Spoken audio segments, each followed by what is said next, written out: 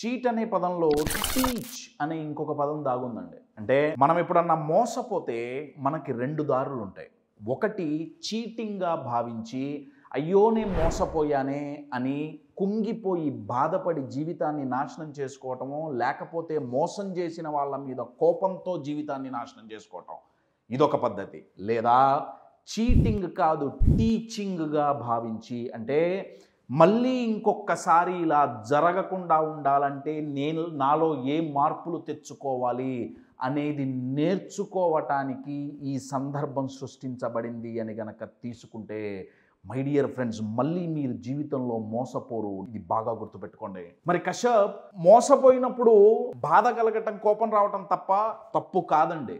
How much is too much, ఎంతకాలం మనం మోసపోయామని జీవితాంతం ఏడుస్తూ కూర్చుంటే మనల్ని మనం మోసం చేసుకున్నట్టు కాదా? ఒకసారి ఆలోచించండి.